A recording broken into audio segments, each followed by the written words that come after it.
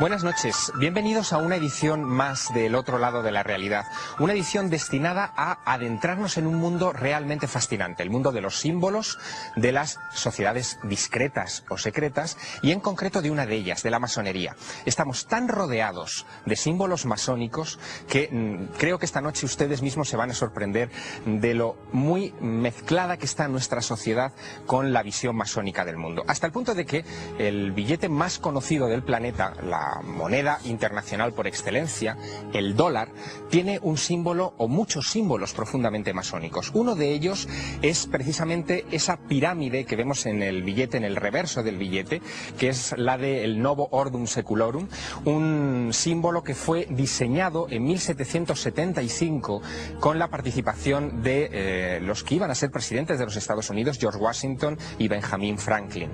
Ambos eran masones y en el caso, además de este símbolo, reflejaron una pirámide de 13 escalones con un ojo en la parte superior, que era el símbolo, o ha sido el símbolo durante mucho tiempo, del gran arquitecto del universo, digamos, el origen y el destino de la masonería.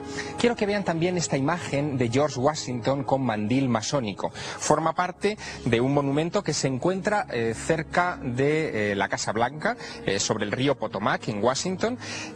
Pertenece a una de sus representaciones, de sus muchas representaciones como masón. De hecho, se dice que tanto la ciudad de Washington como los propios fundamentos de la Constitución norteamericana están fundamentados en principios de la masonería, y hoy puede admirarse un monumento que es una logia masónica, que es el Memorial de George Washington y la sede de la Gran Logia de Alejandría número 22, donde militó precisamente George Washington y fue gran maestre de esa logia. Para hablarnos de estas cosas, tenemos en nuestra mesa de trabajo esta noche a unos invitados de excepción. Permítanme que se los presente. En primer lugar, tenemos a Ascensión Tejerina. Buenas noches. Buenas noches. Ascensión es gran maestra de la Gran Logia Simbólica Española, aunque en la vida civil, digamos que eres asesora fiscal. Es bastante atípico, dentro de la imagen que nosotros tenemos de la masonería, que haya una gran maestra mujer.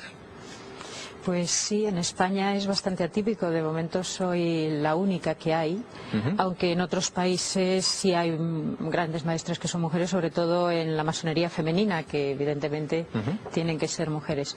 Pero aquí en España es por primera vez que una mujer accede a la gran maestría. Veíamos antes a George Washington con su mandil masónico en una imagen que seguramente a muchos de ustedes les habrá parecido sorprendente.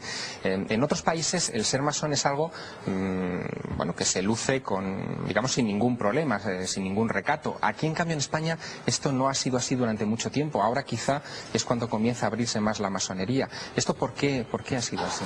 Bueno, principalmente por la represión que ha habido durante la dictadura en contra de la masonería, ¿no? Se nos ha perseguido constantemente, incluso hasta erradicarla totalmente del país. Entonces la diferencia está que en esos otros países donde hay una democracia consolidada, pues la masonería está como una organización más, ocupando su espacio en la sociedad. Sin embargo, en España pues no fue así por esa represión del franquismo contra nosotros. Y después, en todo este tiempo que ya llevamos trabajando, pues hubo unos principios muy duros donde decir que eras masón todavía tenía unas connotaciones muy negativas que hacía que muchos no pudiesen decirlo. Hoy sí, eso ya está cambiando. Está cambiando afortunadamente, sí. Claro. Tenemos también en nuestra mesa de trabajo a Javier Otaola. Javier es licenciado en Derecho, masón desde 1979 y autor de este libro, La metáfora masónica. Javier, has sido además ex gran maestro, bueno, eres ex gran maestro de la Gran Logia Simbólica Española, el maestro que precedió precisamente a Ascensión Tejerina, porque esto se hace por elección, es decir, podríamos de alguna manera asociar casi incluso los fundamentos de la democracia con la masonería, ¿no? En muchos aspectos. Bueno, efectivamente, en el caso de la Logia Simbólica Española es evidente, el sistema de elección es un sistema de sufragio universal de todas las logias, con carácter digamos, territorial, y es un sistema muy participativo. Otras obediencias, otras asociaciones masónicas tienen sistemas más ponderados, en el que hay elementos no tan de democracia directa, pero es evidente que la masonería está vinculada en su origen a ese pensamiento democrático y a esa necesidad de fundar el ejercicio del poder en el consentimiento de los administrados. Quiero de todas maneras que ustedes viajen con nosotros a los orígenes de la masonería. La masonería está llena de misterios que hay que buscarlos en la época de la construcción de las catedrales, incluso en el Antiguo Egipto, en la época de construcción de las pirámides. Todo esto dota a la masonería de un entorno muy sugerente. Y para hablarnos de esto, hemos traído también a esta mesa de trabajo a Ignacio Merino. Él es escritor, está especializado sobre todo en cuestiones históricas, es colaborador de numerosas revistas históricas, y por primera vez esta noche él ha dado el paso de presentarse aquí ante ustedes como masón. Él es miembro de la logia Hermes Tolerancia número 8 de Madrid. Buenas noches. Buenas noches. Ignacio Merino, me gustaría preguntarte por esos orígenes míticos de la masonería, porque por un lado está la masonería, digamos, tradicional. Masón es una palabra francesa que significa albañil, pero por otro lado está la masonería especulativa, que sería la moderna masonería a la que tú perteneces, que digamos surge en 1717, ¿no? Sí, en efecto, la masonería moderna o especulativa surge en 1717, pero como un cauce que aglutina distintas procedencias, ¿no? Como un río con muchos afluentes que lo hacen aumentar en su caudal. Y precisamente una de las cosas que más me atrajo a mí de la francmasonería y por la que pedí el ingreso fue esos orígenes históricos tan profundos, tan enraizados, ¿no?, en la historia de la humanidad, y que se remontan, como tú has dicho, pues a babilonios, persas, egipcios, griegos, el culto de Mitra. Bueno, luego iremos comentándolo un poco, pero también por la tradición democrática que no la masonería como tal, puesto que no actúa como una institución, pero sí sus miembros han tenido en la historia contemporánea, precisamente con la masonería especulativa. Es decir, debería decir, tomado parte en los procesos democráticos más importantes de los últimos siglos, ¿no? ¿Y no resulta curioso que, por ejemplo, en estos últimos años, quizá por lo que nos decía antes Ascensión Tejerina, por la represión que en España se produjo durante el régimen de Franco, no resulta curioso que aquí se asocie la masonería como algo anti-iglesia católica y, sin embargo, sus orígenes estén vinculados precisamente a la construcción de catedrales? ¿No es algo paradójico, no? Sí, es algo tremendamente contradictorio, igual que la idea demoníaca y el prejuicio satánico casi que ha habido en España sobre la masonería, alimentado por un régimen paranoico respecto a nuestra sociedad, están basados totalmente pues en una visión desquiciada, puesto que la masonería es casi una ONG, sus fines son filantrópicos, de perfeccionamiento individual, de mejoramiento de la sociedad, de solidaridad y de fraternidad. Vayamos a los orígenes. Hay una leyenda relacionada con el origen de la masonería que tiene que ver con el arquitecto del templo de Salomón, con Hiram Abif. Javier Otaola, el mito de Hiram Abif es curiosísimo y se basa casi también en un asesinato, ¿no? Cuéntanos un poco sucintamente este mito, porque luego les quiero mostrar a ustedes unas imágenes muy especiales. Bueno, para empezar había que hacer una aclaración previa, y es que el trabajo masónico, el trabajo que se realiza en logia, es un trabajo de reflexión, es un trabajo de filosofía en un sentido amplio, que propone a cada masón un ejercicio de esclarecimiento personal, y para ello, digamos, le plantea un itinerario en el que se le van presentando una serie de preguntas, se dramatizan una serie de acontecimientos y se pide una reacción intelectual y emocional frente a esos acontecimientos. Uno de ellos es precisamente ese, el acontecimiento del asesinato de Hiram Abif, maestro de obras del Templo de Salomón. Y entonces, digamos, es una especie de confrontación del masón con la violencia, con un acto de violencia, con la injusticia, con con el lado oscuro un poco del corazón humano para prepararle a, digamos, a resistir esa violencia, ¿no? Para prepararle a asumir un arquetipo, en cierto modo heroico, de superación y de enfrentamiento a ese lado oscuro, para que, digamos, se convierta realmente en un constructor que no se desaliente, que no se desanime cuando se tope en la realidad de la vida, como todos nos toparemos con ese momento. ¿Y cómo se produce la muerte de Hiram Abiv? Bueno, según la leyenda, Hiram Abiv, estando en soledad en el interior del templo en obras, es asaltado por algunos obreros que le solicitan una serie de palabras de paso y de signos para ascender en su carrera profesional, intentando violar, digamos, el orden lógico de progresión en el oficio. Y Hiram Abiv, digamos, hace un ejercicio de paciencia, de resistencia civil pacífica, porque es un ejercicio de heroísmo pacífico. Lo que se propone es una especie de resistencia no violenta a la violencia que termina con el asesinato de Hiram Abiv. Y sin embargo, ese asesinato es superado posteriormente por los buenos masones que recuperan ese cadáver y en el reencuentro con el cadáver de Hiram Abiv asesinado, el masón, digamos, reanuda el hilo conductor que fue roto por ese acto de violencia. Uno de los grados de la masonería, la iniciación para acceder a uno de los grados de la masonería, representa el asesinato de Hiram Abiv y se representa dándole un golpe en la cabeza al candidato, ¿no? Sí. Quiero que vean estas imágenes. Han sido grabadas en el claustro de un monasterio muy importante, el de San Juan de la Peña. En medio de los capiteles que narran toda la historia sagrada hay uno que no encaja con la historia sagrada, y es el de un señor que golpea con una maza en la cabeza de otro personaje que parece un maestro de obras.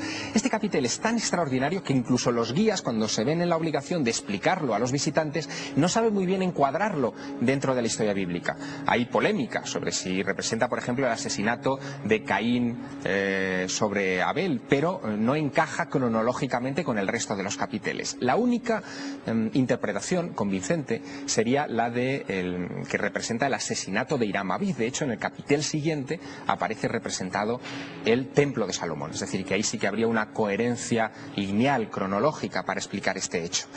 Precisamente este tipo de acontecimientos se rememoran hasta fecha de hoy.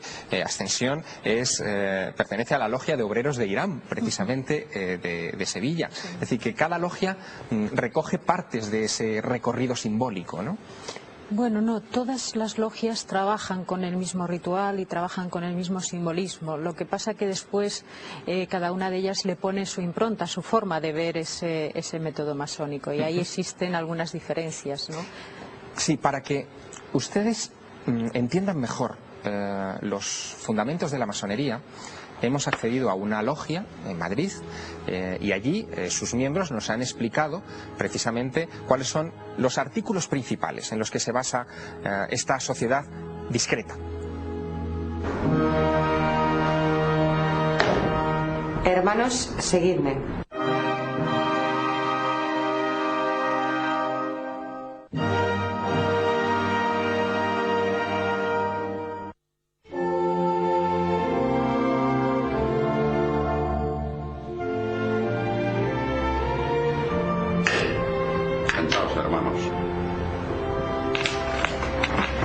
Hermanos, vamos a dar lectura a los principios generales de la orden masónica. Artículo primero. La francmasonería, institución esencialmente filantrópica, filosófica y progresiva, tiene por objeto la búsqueda de la verdad, el estudio de la ética y tiene por divisa libertad, igualdad y fraternidad. Artículo segundo. La francmasonería tiene como deber extender hacia todos los componentes de la humanidad los lazos fraternales que unen a los francmasones esparcidos por toda la superficie de la Tierra. Artículo tercero. Es deber de un francmasón en todo momento ayudar, ilustrar y proteger a su hermano y defenderle contra cualquier injusticia. Artículo cuarto. La francmasonería considera el trabajo como uno de los deberes esenciales del hombre y honra igual el trabajo manual que el intelectual. La masonería tiene signos y emblemas de altos significados simbólicos que solo pueden ser revelados por la iniciación. Estos símbolos presiden en las formas determinadas por los distintos ritos los trabajos de los francmasones y les permiten reconocerse y ayudarse por toda la superficie de la Tierra. La francmasonería no impone ninguna interpretación dogmática de estos símbolos. La iniciación comporta varios grados. Los 3 primeros son los de aprendiz, compañero y maestro.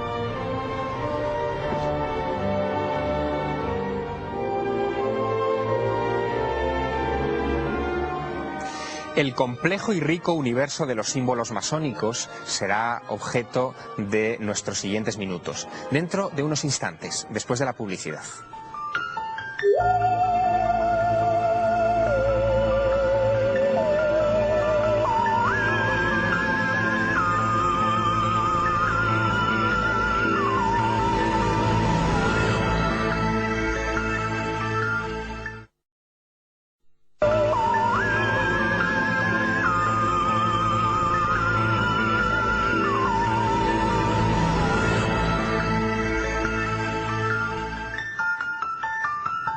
Retomamos nuestra conversación sobre el complejo y fascinante mundo de los símbolos masónicos. Les dejábamos antes de la publicidad con una explicación, digamos, de las leyes, los fundamentos en los que se basa la masonería contemporánea, pero queríamos adentrarnos también en algunos de los capítulos que más curiosidad han suscitado durante estos años. Al fin y al cabo, la masonería es una sociedad discreta, secreta antiguamente, de la que no teníamos mucho conocimiento los que no estábamos en ella. Y precisamente para hablarnos de uno de sus aspectos más interesantes, el de la iniciación, quería preguntarle a Ascensión Tejerina cómo es ese ritual de iniciación cuando alguien ingresa en la masonería. Bueno, es difícil explicar un ritual en pocas palabras, ¿no? Porque dura 2 o 3 horas. Yo diría que un ritual es un discurso simbólico que pone unas herramientas en manos de la persona que se está iniciando y le da unas pautas para que luego, una vez pasado ese ritual, pueda ir reflexionando sobre ellas y pueda ir evolucionando y pueda ir comprendiéndolo, ¿no?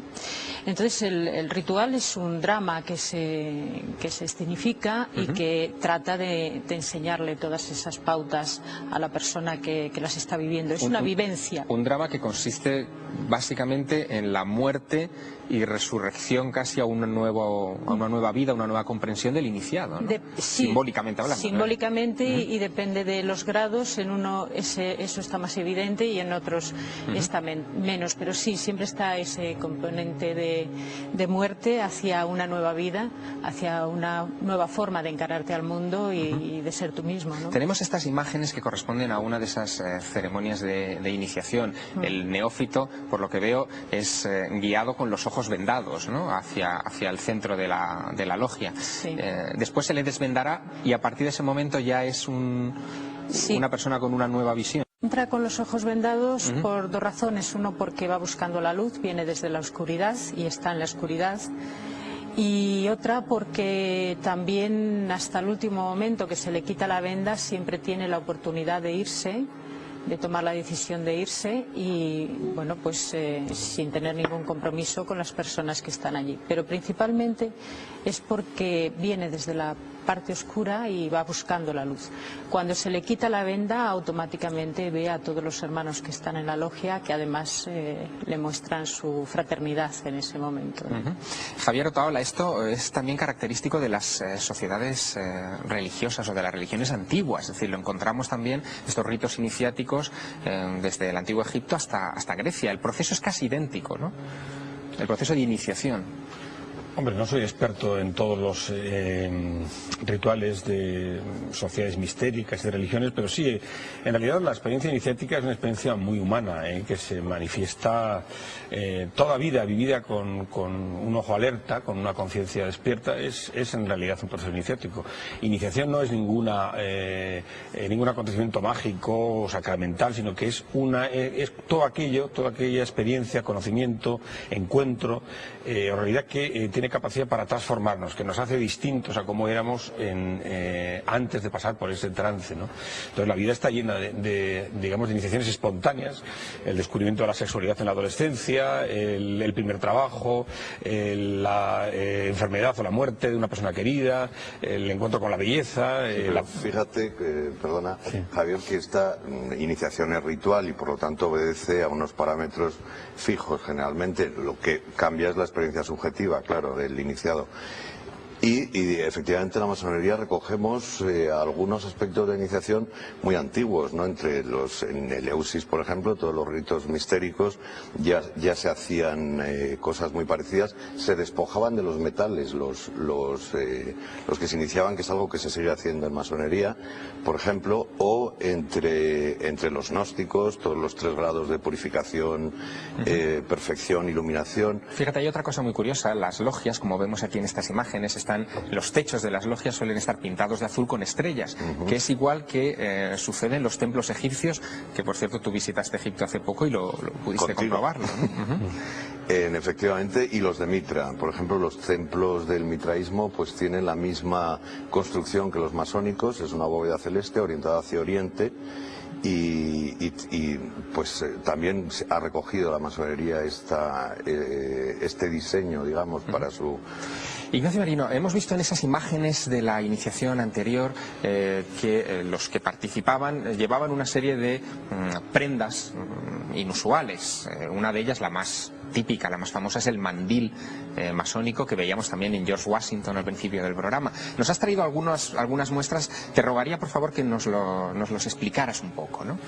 Pues sí, bueno, en primer lugar ese mandil blanco que vemos en el vídeo es el mandil de aprendiz, que originalmente era de piel de borrego. Y que creo que en sitios como en Inglaterra, Estados Unidos, aún se conserva de esa forma original. Nosotros en este tremendo display que hemos hecho aquí no incluimos el mandil blanco, sino unos de grados mayores, de maestros. ¿Nos los puedes mostrar? Sí. Pues sí, por ejemplo, este o este otro. Y que naturalmente se utilizan durante los ritos. Se utilizan siempre con unos collares que dependen de la función. Por ejemplo, este es el de primer vigilante con su insignia específica. Hay otro tipo de insignias, la del maestro de ceremonias, la del secretario. Muchos elementos de la arquitectura, porque esta que nos mostrabas es una plomada, por ejemplo, ¿no? Claro, porque realmente la masonería viene, todo el origen es de la construcción, y no solo de los constructores medievales, que tanto se dice y tanto gusta al marxismo, porque viene del proletariado, pero no solamente eran los que desbastaban la piedra, sino los maestros constructores, yo creo, y esto es una opinión subjetiva, y los masones además somos tolerantes y nos gusta especular filosóficamente. Yo creo que descendemos directamente o que recogemos la tradición de los grandes constructores perdón, de Babilonia, por supuesto de Egipto, de aquellos hijos de la luz que levantaban 3 cosas, ¿no? Moradas para la sabiduría, para los dioses, moradas para la fuerza, que eran los reyes, y moradas o estatuas para la belleza, donde moraba, esto es la belleza, ¿no? Ascensión Tejerina, antes, en la antigüedad, se supone que masones eran los constructores, los arquitectos. De hecho, muchos arquitectos después, en nuestros días, son también masones o han pertenecido a la masonería, incluso muchos diseñadores de ciudades. Luego veremos algunas cosas muy curiosas. Pero hoy por hoy se calcula, al menos según una encuesta que publicó en el año 2000 la revista Tiempo, que habrá unos 3.000 a 5.000 masones. ¿A qué profesiones pertenecen? ¿Tienen alguna orientación profesional, política? ¿Quiénes son hoy los masones? Bueno, podría decir los que hay en la organización a la que pertenezco. En las otras no tengo datos, ¿no? Pero yo creo que hay todo tipo de personas. Hay abogados, hay profesores de instituto, catedráticos de universidad, hay fontaneros, hay electricistas, hay no sé, gente que trabaja en la administración, por supuesto hay políticos, hay leñadores, bomberos. O sea, exacto, hay un amplio número porque en realidad, de profesiones, porque en realidad lo único que se pide es que tengan un deseo de trabajar, de reflexionar, de estar en el mundo, de comprometerse con la sociedad y con el mundo que nos rodea, y ahí pues cabe cualquier profesión. Tiene que tener un mínimo de capacidad para la reflexión y para el entendimiento de los trabajos que se debaten en la logia. Pero eso es lo máximo que se puede pedir, ¿no? Tan amplio espectro social forzosamente ha dejado huellas en todas partes. Símbolos masónicos, nombres masónicos se encuentran prácticamente en todos los lugares. En Madrid también. Hay un Madrid masónico. Probablemente ustedes hayan paseado por sus calles y no se hayan dado cuenta de la vinculación que tienen con algunos de los símbolos que tenemos esta noche desplegados sobre nuestra mesa de trabajo. Por ejemplo, nombres de calles. Ignacio Merino, en la zona de la Latina hay un montón de calles como esta, Mediodía Grande, que es un término masón, Mediodía Chica, la calle de Luciente, de Oriente. Todos estos son términos masónicos muy específicos, ¿no? Sí, unos más que otros, y yo creo que tiene mucho que ver con esa zona de la Latina, además, que se hizo a finales o a mediados del 18, que va a dar justo a la Ronda de Toledo, a una de las afueras sur de la ciudad. Es en el momento máximo, cuando están surgiendo las logias en España. Por un lado están muy perseguidas, porque ya Carlos III las persiguió bastante, pero hay un espacio ahí de tiempo, que es el reinado de Fernando VI, que son 12 años, en las que además se crean muchas academias, incluida la de Bellas Artes, en la que yo creo que sí hubo esto es una creencia, no está muy documentado desde luego, sí que hubo una expresión de signos masónicos que podemos todavía encontrar en las calles y en los monumentos de Madrid. Y en los monumentos, ¿no? Incluso en edificios importantes. Por ejemplo, la fachada del Ministerio de Agricultura. Ahí encontramos algunos elementos realmente significativos, sobre todo a la entrada, ¿no? Por ejemplo, bueno, tenemos la maza, tenemos la escuadra. Son cosas que se colocan ahí por azar, ¿o tú crees que hubo una intención masónica de alguna manera? Bueno, aquí hay varias interpretaciones. Efectivamente, estas cariátides pueden ser pueden representar simbólicamente los oficios, y al mismo tiempo es en otra época de esplendor masónico, como es el final del 19 o el último tercio de esplendor masónico en España, porque con la Primera República hubo un florecimiento, quiero decir, paralelamente a la Primera República hubo un florecimiento inmenso. Entonces es muy probable que el arquitecto, el escultor, el hombre que desbastaba esa piedra fuera masón, o que hubiera incluso un objetivo, una intención directa, ¿no? En poner esos símbolos. Libertad, igualdad, fraternidad, 3 palabras asociadas sobre todo a la Revolución Francesa, Javier Otaola, pero que también pertenecen al credo de los masones. ¿Qué fue antes? ¿La parte masónica o la parte revolucionaria? ¿O tenían algo que ver? Yo creo que la asunción por parte de la masonería francesa de ese lema es posterior a la Revolución. La masonería jugó un papel, en cierto modo, indirecto en el proceso de la Revolución Francesa, como caja de resonancia de un movimiento ideológico que estaba en la sociedad, que no venía dado por la masonería. Y en la masonería francesa hubo partidarios de la Revolución y partidarios de la reacción. O sea, hubo sectores tradicionalistas, incluso un gran pensador reaccionario como fue Joseph de Maistre, era masón. Digamos que la masonería vivió con división ese proceso. Sí, por ejemplo, no había mayor enemigo del masón Marat que el masón más conservador del otro lado de la asamblea. Masones hubo en la montaña y en la Gironda, hubo con el rey y contra el rey. ¿Y cómo interpretar, por ejemplo, estas imágenes que vamos a ver de la plaza de Emilio Castelar? El monumento de Emilio Castelar, conocido por todos los madrileños, quizá no tan conocido si uno no se acerca y uno no lee las inscripciones que encontramos debajo de este monumento. Igualdad, vemos ahí ahí en la imagen, libertad y por supuesto también fraternidad. ¿Quiere decir que Emilio Castelar era masón, que hubo gente también notable aquí en España que rigió los destinos políticos de este país que estaban vinculados a la masonería? Lo que pasa es que yo creo que ese lema ya forma parte, digamos, de la tradición política francesa, va más allá de la masonería. De hecho, en todos los edificios públicos de Francia aparece ese lema.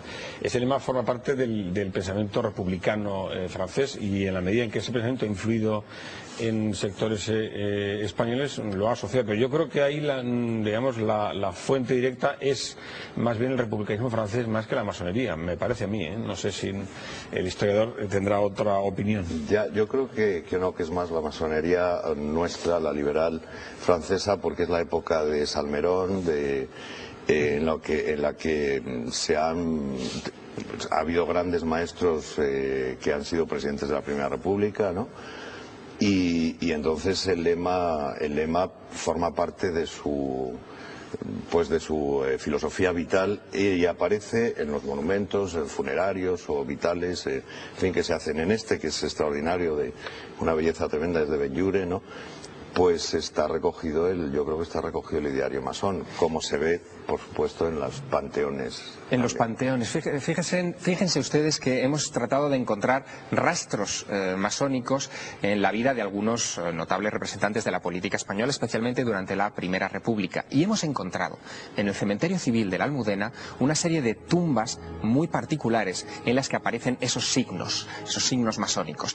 Nos las ha mostrado Nicolás Salvador, que es miembro de la logia Amanecer de Madrid. Él nos acompañó hasta el cementerio civil de la Almudena y nos explicó el origen de algunas de esas tumbas masónicas de hombres notables. Una nota peculiar, sin duda, de este cementerio es la abundante presencia de tumbas masónicas. ¿Qué son tumbas masónicas? Lógicamente tumbas en los que están enterrados cuerpos de masones. Su importancia radica precisamente en que aparecen símbolos propios de la masonería.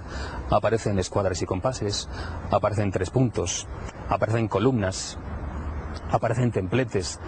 Aparecen, en suma, todos aquellos elementos que forman parte del mundo imaginario de la masonería. Esa es su nota singular. La piedra es el elemento base del conocimiento del masón.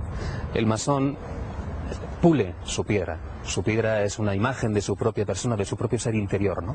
Y por suerte, para los madrileños, este cementerio está rebosante de esos signos. A Nicolás Salvador le llamó especialmente la atención la tumba de Nicolás Salmerón, que fue presidente de la República, incluso también ministro de Gracia y Justicia en 1873, un notabilísimo político y filósofo del siglo XIX. Nos lo explica. Una de las tumbas más significativas de este cementerio, tanto por su tamaño como por su presencia, ¿no?, imponente, es la de don Nicolás Salmerón. Fue gran maestre en el año 1883, al menos así figuran los estadillos de la época, y sucedió en el cargo a don Manuel Becerra. Pi Margall ostentó también la presidencia de la República, fue asimismo masón. Desconocemos exactamente en qué obediencia militó, entre otras razones porque durante el periodo oscuro del franquismo, pues una gran parte de la documentación que obraba en las logias, en poder de las logias, pues fue lógicamente eliminada. Don Ramón Chíes también fue una figura preeminente de la masonería española, fue figura asimismo del libre pensamiento, y se puede observar como su tumba recoge prácticamente una síntesis de la simbología masónica. En ella aparecen los 3 puntos, en ella aparece el triángulo, es una tumba sólida, una tumba que pretende ser una especie de nave hacia la eternidad. Javier Otaola, ¿no resulta llamativo imaginarse a personajes tan notables como estos de los que nos hablaba Nicolás Salvador, haciendo esos rituales, poniéndose el mandil masónico? ¿Cuál es la función exacta del ritual? Es decir, a ojos de un profano queda como un poco chocante, ¿no?, incluso casi ridículo, ¿no? Sí, pues es cierto, en realidad ese es el objetivo, aunque pueda parecer paradójico. En realidad, al menos desde mi punto de vista, porque la masonería admite aproximaciones muy diversas, el fin último del método masónico, esa dramatización, esa utilización de símbolos y de ritos, es precisamente el de desfamiliarizarnos de las máscaras sociales en las que nos protegemos de nuestra vida ordinaria, que consumen en realidad nuestra capacidad de ser originales, que nos, digamos, troquelan en función de presiones externas a nosotros y que nos impiden llegar a dialogar con lo más genuino de nosotros mismos. Para que una persona, digamos, pueda llegar a esa intimidad consigo mismo, tiene de alguna forma que liberarse, aunque sea metodológicamente, de esa superestructura que nos impone la vida cotidiana y el mundo profano, ¿no? Y para, digamos, llegar a ese efecto es preciso pasar por ese trance, por ese ritual que es socialmente incorrecto desde todo punto de vista, porque eso supone un acto de confianza, supone en cierto modo privarte de las defensas sociales con las que tú funcionas en la vida ordinaria y jugar un juego en el que como fin último está el encontrarte contigo mismo después de haber superado esas máscaras sociales en las que tú vives. Tú podrás ser presidente de la República, podrás ser catedrático, podrás ser fontanero, podrás ser lo que seas, pero esas máscaras sociales, esos ropajes sociales no definen tu ser último, tu originalidad personal. Esa originalidad personal la tendrás que encontrar después de liberarte de esas máscaras y toparte contigo mismo. Para eso está ese ritual. Además de políticos, también en la masonería ha habido intelectuales notables. A ti te ha interesado, Ignacio Merino, una parcela muy concreta de esos intelectuales españoles que estaban vinculados también a la masonería. Háblanos, sobre todo eran los vinculados a la institución libre de enseñanza, ¿no? Sí, y los krausistas, porque el origen en España son los seguidores de Krause de mitad del siglo XIX y que luego en la segunda parte, en la segunda oleada de ese krausismo, fundan la institución libre de enseñanza. No, en la visita al cementerio civil que yo hacía mucho que no hacía, casi me enterneció, me conmovió esta reunión de las grandes figuras del krausismo español y de los primeros institucionistas en una misma tumba, ¿no? Por encima incluso de de los lazos familiares que tuviera cada uno de ellos. Están reunidos como templarios o como miembros fraternos de una orden que en este sentido era el ideal de la humanidad, como se llamaba la obra de Krause, y que les lleva hasta esta sencillísima tumba común en el que están pues Sanz del Río, el gran iniciador del krausismo en España, hasta Gumersindo Azcárate, pasando por Bartolomé Cossío, etcétera. Me impresionó mucho realmente. ¿Y cómo se explica que siendo, digamos, columnas de la cultura y de la sociedad en algunos países, desde luego sobre todo en España, la Inquisición primero, la Iglesia también después, el régimen de Franco un poquito más tarde, digamos que tuviera una lucha tan feroz contra la masonería? Pues porque era potencialmente un enemigo, una idea que podía destruir un orden establecido, muy rentable por otra parte, ¿no? Para la Iglesia era una especie de organización paralela que ponía en entredicho ciertos dogmas, ¿no? Aunque en muchos casos había masonerías absolutamente deístas, teístas y hasta católicas, ¿no? Quiero decir, como miembros por lo menos.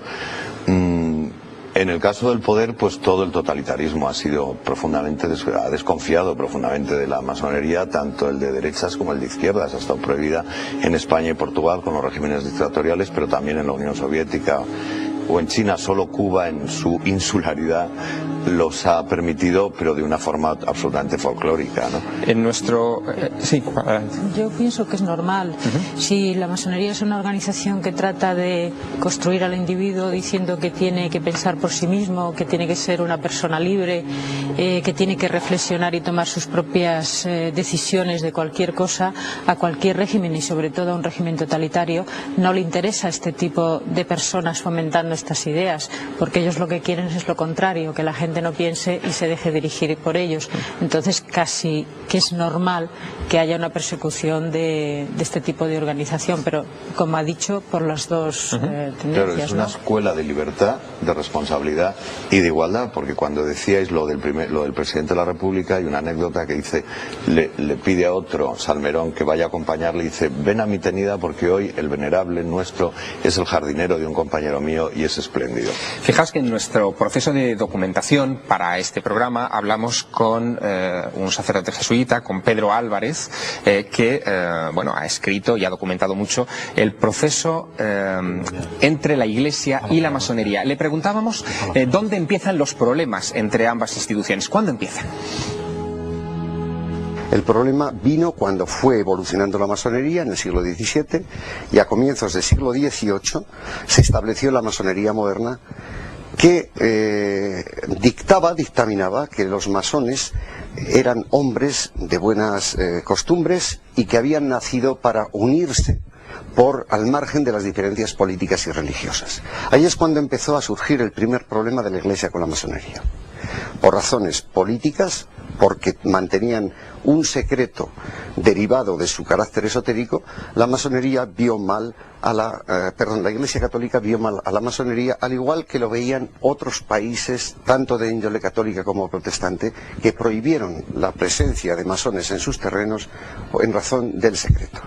Pero además la Iglesia Católica añadió una segunda razón, y era la de tolerancia religiosa, una razón más de carácter teológico. ¿Siguen siendo hoy enemigos la masonería y la Iglesia? Esta pregunta también se la trasladamos a Pedro Álvarez. No se debe hablar en términos de enemistad entre ambas instituciones. Aunque hay sectores minoritarios en una y otra que son enemigos respectivos, en términos generales ni la Iglesia es enemiga de la masonería, ni la masonería es enemiga de la Iglesia. Lo que sí que hay es divergencias en la manera de entender la religión y hay divergencias en la manera de entender la vida. Pero esas divergencias no tienen por qué ser antagónicas. Se abre aquí indudablemente un nuevo debate. Probablemente tendremos que dedicar algún otro espacio del otro lado de la realidad a este aspecto en concreto de la masonería. Debo agradecer a Ascensión Tejerina que nos haya acompañado esta noche en el otro lado de la realidad. Muchas gracias. A Javier Otaola y también, por supuesto, a Ignacio Merino, que también es un experto en templarios y que nos gustará ver en una próxima mesa de trabajo en este programa. Y me quisiera despedir de ustedes contándoles una pequeña historia. Se encuentra en un texto masónico, en el manuscrito Dumfries número 4. Se encuentran dos personas, una le dice a la otra: ¿dónde está la llave de vuestra logia?, preguntándole por el secreto de la masonería. Y el iniciado responde: en una caja de huesos cubierta de rugoso pelo. Decid sus características. Mi cabeza es la caja, mis dientes son los huesos, mis cabellos son el pelo, mi lengua es la llave. Es decir, el secreto de la masonería, como casi hemos visto esta noche aquí, se encuentra dentro del ser humano. Buenas noches.